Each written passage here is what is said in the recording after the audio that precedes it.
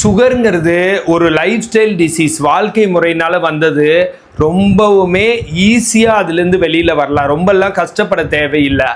அது தெரியாமல் நிறைய பேர் அதனால் ரொம்ப வாழ்க்கையில் ரொம்ப கஷ்டப்படுறாங்க. அதோட காம்ப்ளிகேஷன்ஸ் எல்லாம் ரொம்ப சிவியராக இருக்குது. ஒரு ஹார்ட் அட்டாக் கூட உருவாக்குது, பக்கவாதம் வர வைக்குது.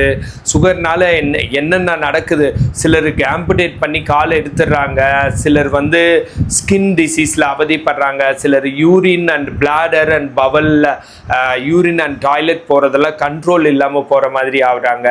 நரம்பு மண்டலத்தை பாதிக்குது, இல்லை ஜாயிண்ட்டை பாதிச்சு ஃப்ரோசன் ஷோல்டர், கையை தூக்குனா வலி, சைடில் கொண்டு போய் தூக்குனா வலி, பின்னாடி கொண்டு போய் பிடிச்ச வலி, நைட் அந்த பக்கம் திரும்பி படுத்த வலி, அந்த மாதிரி ஆர்த்ரைட்டிஸு, இது மாதிரி பல்லு பாதிக்குது, தோல், அப்புறம் நிறையா விதங்களை சுகர் பாதிக்க முடியும், டயபெட்டிஸு. அப்படிங்கிறப்போ இவ்வளோ பெரிய சிக்கலில் மாட்ட தேவையில்லை. ஆக்சுவலாக அதுக்கு பேரே லைஃப் ஸ்டைல் டிசீஸ் தானே. அப்போ நல்லா கூர்ந்து கவனிங்க. லைஃப் ஸ்டைல் டிசீஸ்னால் என்ன? வாழ்க்கை முறையினால் வந்த நோய். அப்போ அதுலேயே பதில் இருக்குல்ல. அப்போ வாழ்க்கை முறையில் ஏதோ மிஸ்டேக் பண்ணி வந்துருச்சு, அந்த மிஸ்டேக்கை சரி பண்ணால் சுகர் சரியாயிடும். அதனால் எப்படி அதை ஈஸியாக சரி பண்ணுறதுன்னு சொல்கிறேன். சுகரோட பயாலஜி சொன்னால் அப்புறம் எப்படி சரியாகுதுன்னு தெரிஞ்சுக்குவீங்க. இல்லை எவிடன்ஸ் பேஸ்டாக தான் சொல்கிறேன், அதனால் கூர்ந்து கவனிச்சுக்கோங்க. இன்னொன்னும் சொல்லிடுறேன், சுகர் என்கிட்ட டயபெட்டிக் ரிவர்சல் ப்ரோக்ராம்னு இருக்குது. ஒன்லி த்ரூ நான் ஏரோபிக்ஸ் நான் வெயிட் பேரிங் எக்ஸசைஸ். அப்படின்னா நடக்கிறது, ஓடுறது, இல்லை டான்ஸு, இது மாதிரி ஹார்ட்டோட அவுட்புட் அதிகப்படுத்துறது எல்லாமே ஏரோபிக்ஸு. அந்த மாதிரி எக்ஸசைஸ் சொல்லாமல், அதே மாதிரி நிற்கிறது, ஓடுறது எல்லாமே வெயிட் பேரிங், காலை ஊன்றது, அந்த மாதிரியும் சொல்லாமல், நான் ஏரோபிக்ஸ் நான் வெயிட் பேரிங்னா என்னென்னா மல்லாந்து படுத்துட்டு செய்கிறது, இல்லை ரைட்டில் படுத்துட்டு, லெஃப்டில் படுத்துட்டு, குப்புற படுத்துட்டு, மொத்தத்தில் படுத்துட்டு செய்கிற எக்ஸசைஸ், இல்லை உட்காந்து செய்கிற எக்ஸசைஸு. யாருமே ஒரு 95 வயசுக்காரன் கூட செய்யலாம். அந்த மாதிரி எக்ஸசைசஸ் உங்களுக்கு நான் சொல்லி கொடுத்து சுகரை கண்டிப்பாக பெர்மனண்ட்டாக என்னால் சரி பண்ண முடியும், ரிவர்சல் பண்ண முடியும். அந்த எக்ஸசைசஸ் எப்படி ஒர்க் பண்ணுதுன்னு இந்த வீடியோவில் சொல்லிடுறேன். அந்த எக்ஸசைஸோடு சேர்ந்து உணவு பழக்க வழக்கமும் நல்லா பழங்கள் காய்கறிகள் நல்லா எடுத்துக்கிறது, நார்ச்சத்து இருக்கிற உணவு, ஒமேகா 3யை பேலன்ஸ் பண்ணுறது, அப்புறம் புரோட்டீன், அப்புறம் எல்லா விட்டமின்ஸ், மினரல்ஸ், அமினோ ஆசிட்ஸ் எல்லாம் எடுத்துக்கிறது மூலமும். அதை தவிர உங்களோட மனநிலை தான் சுகருக்கு மெயின். ஒரு அன்பாகவும் மகிழ்ச்சியாகவும் இருக்கிற வாழ்க்கை சுகருக்கு ரொம்ப ரொம்ப ரொம்ப ரொம்ப சுகர்லேருந்து நீங்கள் வெளியேறதுக்கான வாழ்க்கை, சுகர் வராமல் தடுக்கிறதுக்கான வாழ்க்கை. ஸ்ட்ரெஸ்ஸு, டிப்ரெஷன், ஆங்ஸைட்டி அப்படின்னா மன அழுத்தம், சோகம், ஃப்யூச்சர் நினச்சி பயப்படுறதெல்லாம் சுகர் வர வைக்கிறதுக்கு ரொம்ப முதற் காரணமாக இருக்குது. இதை தவிர ஸ்ட்ரெஸ் கார்டிசோல்ங்கிற ஹார்மோனை உருவாக்குறதுனால அப்படி நடக்குது. இதை தவிர சுகர் என்னன்னா உங்களுக்கு ஒரு நெகட்டிவ் திங்கிங்கில், ரொம்ப ஒரு ஜெலஸ் பொறாமைனாலேயோ, இல்லை ஒரு மாதிரி கெட்ட விதமான யோசனைகள், இல்லை அந்த மாதிரி மூவிஸ் பார்க்கறது, இல்லை உலகத்து மேலே ஒரு அதிருப்தியில் இருந்து மூட் அப்செட் ஆகிக்கிறது, இதெல்லாமே காரணமாக இருக்குது. இதுலேருந்து மாற்றிக்கோங்க.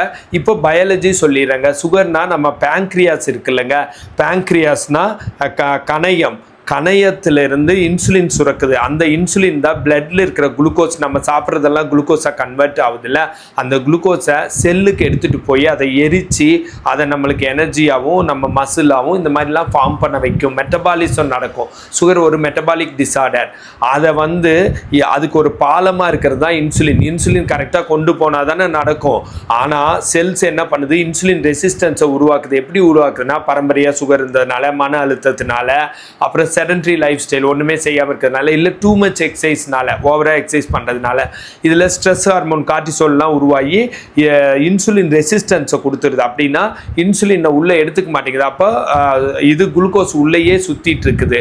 இதனால தான் சுகர் வருது. இதே நான் ஏரோபிக்ஸ் நான் வெயிட் பேரிங் எக்ஸசைஸ் பண்ணுறப்ப என்ன நடக்குதுன்னா, நம்மளோட மசில்ஸ் ஹங்கிரி ஆயிடுது. குளுக்கோஸ் ஹங்கிரினா பசி ஆகிடுது.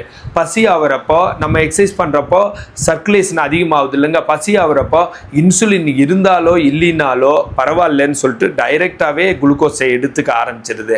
அந்த எடுத்துக்க ஆரம்பிக்கிறதுனால என்ன ஆகுதுன்னா, கொஞ்சம் கொஞ்சமாக அந்த மசில்ஸ் இன்சுலின் ரெசிஸ்டன்ஸுங்கிற இடத்துலேருந்து இன்சுலின் சென்சிட்டிவிட்டியாக மாதிரி இன்சுலினையும் அக்செப்ட் பண்ண ஆரம்பிக்குது. இந்த மாதிரி அந்த ரத்தத்தில் இருக்கிற குளுக்கோஸை மசில்ஸ் எல்லாம் எடுத்துக்கிறதுனாலே, ஒவ்வொரு செல்ஸும் எடுத்துக்கிறதுனாலையும், மசில்னு கூட சொல்ல முடியாது, மசில்குள்ளே இருக்கிற செல்ஸு, ஒவ்வொரு செல்களால் தானே நம்ம கோடிக்கணக்கான செல்கள், பில்லியன்ஸ் ஆஃப் செல்ஸில் தானே உருவாக்கியிருக்கோம். அந்த செல்ஸ் எடுத்துக்கிறதுனால நம்ம சுகரோட லெவல் பிளட்லேருந்து படிப்படியாக குறைஞ்சி ஒரு டைமில் ஒரு 3லேருந்து 6 மாதத்துக்குள்ளே ரிவர்ஸிலே நடக்க வாய்ப்பு அதிகமாக இருக்குது.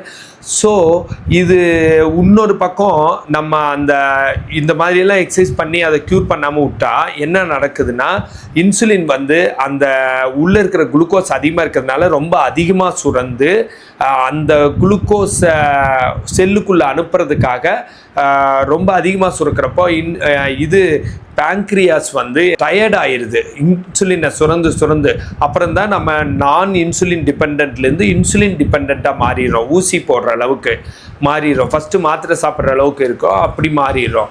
அப்போ அதையும் இதெல்லாம் தடுக்குது. ஏன்னா இது வந்து எக்ஸசைஸ் பண்ணி சர்க்குலேஷன் அதிகமாகி அது குளுக்கோஸுக்கு பசியாகி அதை எடுத்துக்க ஆரம்பித்தோடனே பிளட் ஸ்ட்ரீமில் இருக்கிற சுகர் லெவல் குறைஞ்ச உடனே என்ன நடக்குதுன்னா, அந்த மெயினாக பேங்க்ரியாஸ் வந்து அதிகமாக இருந்தால் தானே அதிகமாக சுரக்குது. அதிகமாக பிளட் ஸ்ட்ரீமில் இல்லாதப்போ, குளுக்கோஸ் அதிகமாக இல்லாதப்போ அது வந்து சுரக்கிறத அப்படியே கொஞ்சம் கொஞ்சமாக கம்மி பண்ணி டயர்ட் ஆகிறதுலேருந்து வெளியேறி இந்த மாதிரி ரிவர்சல் நடக்குது. இந்த மாதிரி பண்ணி எக்ஸசைஸ் பண்ணி நல்லா பண்ணிட்டு அதோட உணவு முறை, வாழ்க்கை முறை, மனநிலை எல்லாம் மாற்றி பெர்மனண்ட்டாக சரியாகலாம். 3லேருந்து 6 மாதத்தில் நல்லாவே ரிவர்சல் ஆகலாம். ரொம்ப ஹாப்பியான லைஃப் வாழலாம். இந்த மாதிரி கன்சல்டேஷன் வேணுன்னா எனக்கு கண்டிப்பாக கால் பண்ணுங்கள். ஹெல்த் டிப்ஸ் வேணுன்னா ஃபாலோ பண்ணுங்கள்.